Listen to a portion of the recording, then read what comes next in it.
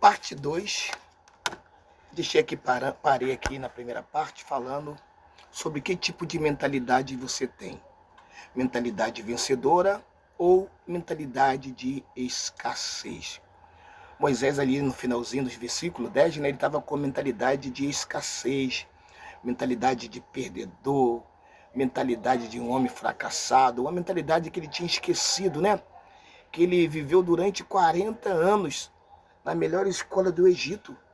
Moisés ele conheceu o Palácio Real porque ele foi criado lá dentro. E Moisés, né, quando Deus foi falar com ele, talvez Moisés estava esperando, né, ele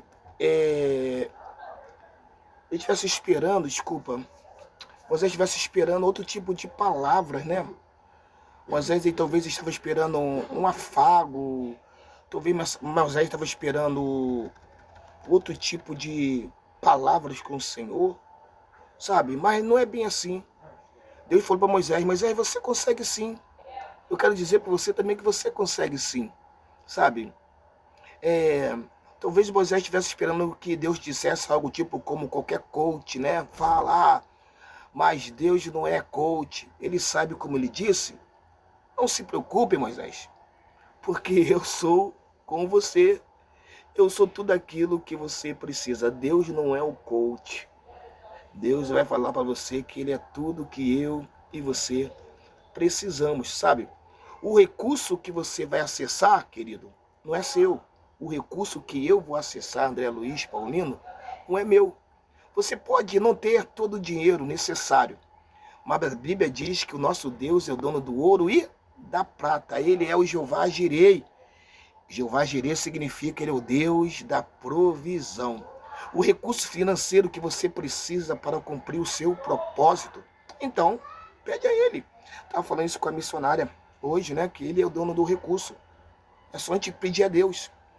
A sabedoria que você precisa tomar a decisão certa, pede a Deus.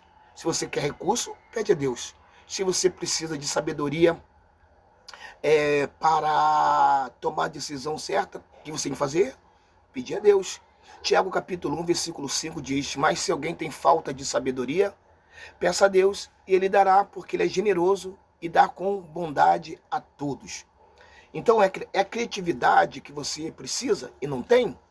Pede a ele, porque ele é a pessoa mais criativa que existe.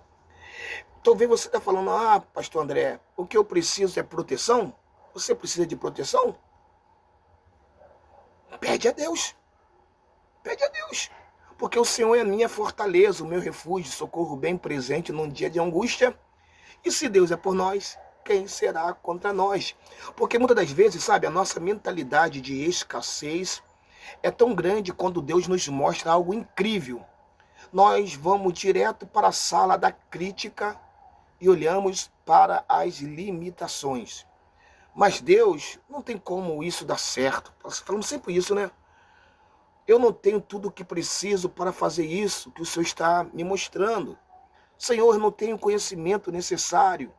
Eu não tenho recurso necessário. Eu não sei, eu não tenho, eu não posso. A gente sempre com essa mentalidade de escassez. Sabe, querido, se Deus está te mostrando alguma coisa, não é porque necessariamente você tem, você sabe ou você pode. Mas por que então, André? Porque ele tem, ele sabe, ele pode, ele que vai te levar até lá. Então esqueça como.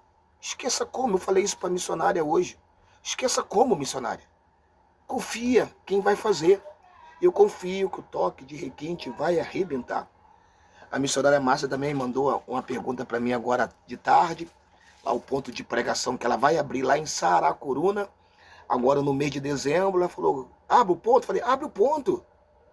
Aquele nome que Deus já te deu, vai lá, missionária Márcia, vai lá, diácono Renato, abre, Deus já te deu, faz, coloca a obra para avançar, louvado seja o nome do Senhor.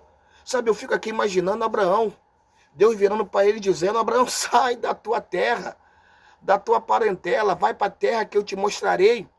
Ele não sabia o como, mas ele obedeceu e confiou, quem falou para ele. Então é isso, nós temos que confiar naquilo que Deus tem falado para mim e para você. Pronto, acabou. A mesma coisa aconteceu com Pedro e os demais discípulos.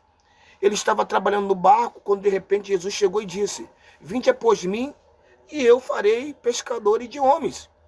Então ele não sabia como isso iria acontecer. Muito provavelmente ele nem sabia exatamente o que significava ser pescadores de homens. Mas eles confiaram em quem chamou e eles foram.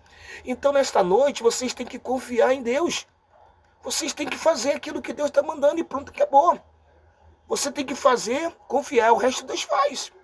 Sabe, no outro dia, o Senhor Jesus estava vindo em direção ao barco, caminhando sobre as ondas, sobre as águas, me perdoe. E ele estava no meio do mar.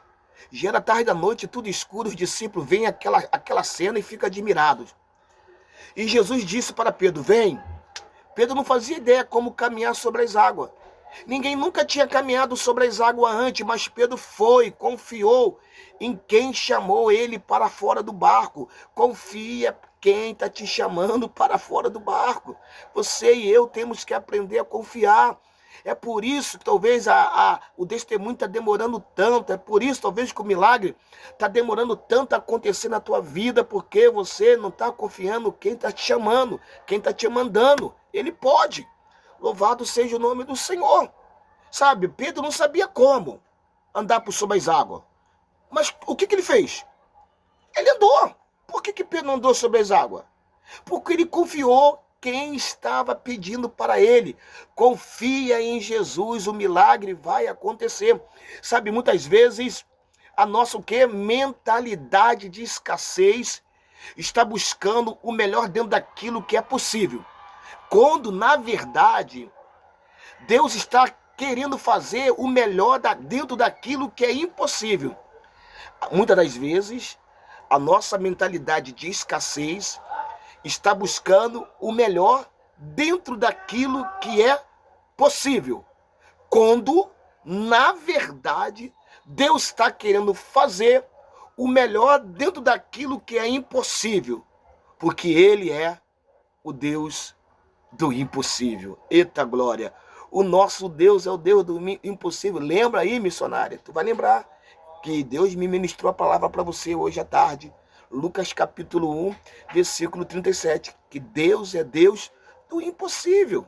Pronto. Em segundo lugar, nós precisamos o quê? Mudar isso aqui, ó. A nossa mente em relação à nossa identidade. Em relação a quem somos nós diante do Senhor. Hoje nós temos um privilégio, sabe, muito maior do que os homens de Deus no Velho Testamento. Por quê, pastor André? Porque eles serviam a Deus. Eles faziam parte do povo de Deus.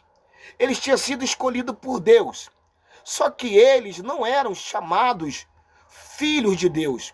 Em nenhum lugar da Velha Aliança, do Velho Testamento, você vai encontrar Deus chamando eles de filho. Mas no Novo Testamento, na Nova Aliança, a Bíblia diz que nós fomos feitos filhos de Deus. João capítulo 1, versos 12.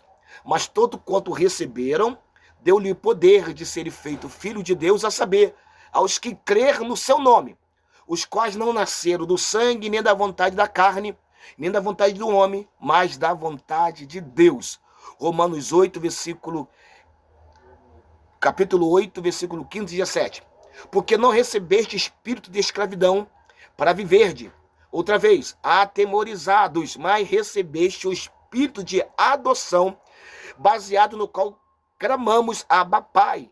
O próprio Deus testifica com o nosso espírito que somos filhos de Deus. Ora, se somos filhos, somos também herdeiro. Herdeiro de Deus, co-herdeiro com Cristo. Se com ele sofremos, também com ele seremos glorificados. Gálatas capítulo 3, versículo 26. Pois todos vós sois filhos de Deus, mediante a fé em Cristo Jesus. Primeira epístola de João, capítulo 3, versículo 1. Vede, grande amor que nos tem concedido o Pai, a ponto de sermos chamados filhos de Deus, e de fatos, somos filhos de Deus. Mais um vídeo para a gente terminar aqui, essa noite de terça-feira maravilhosa, mudando a nossa mentalidade. Nós somos filhos de Deus.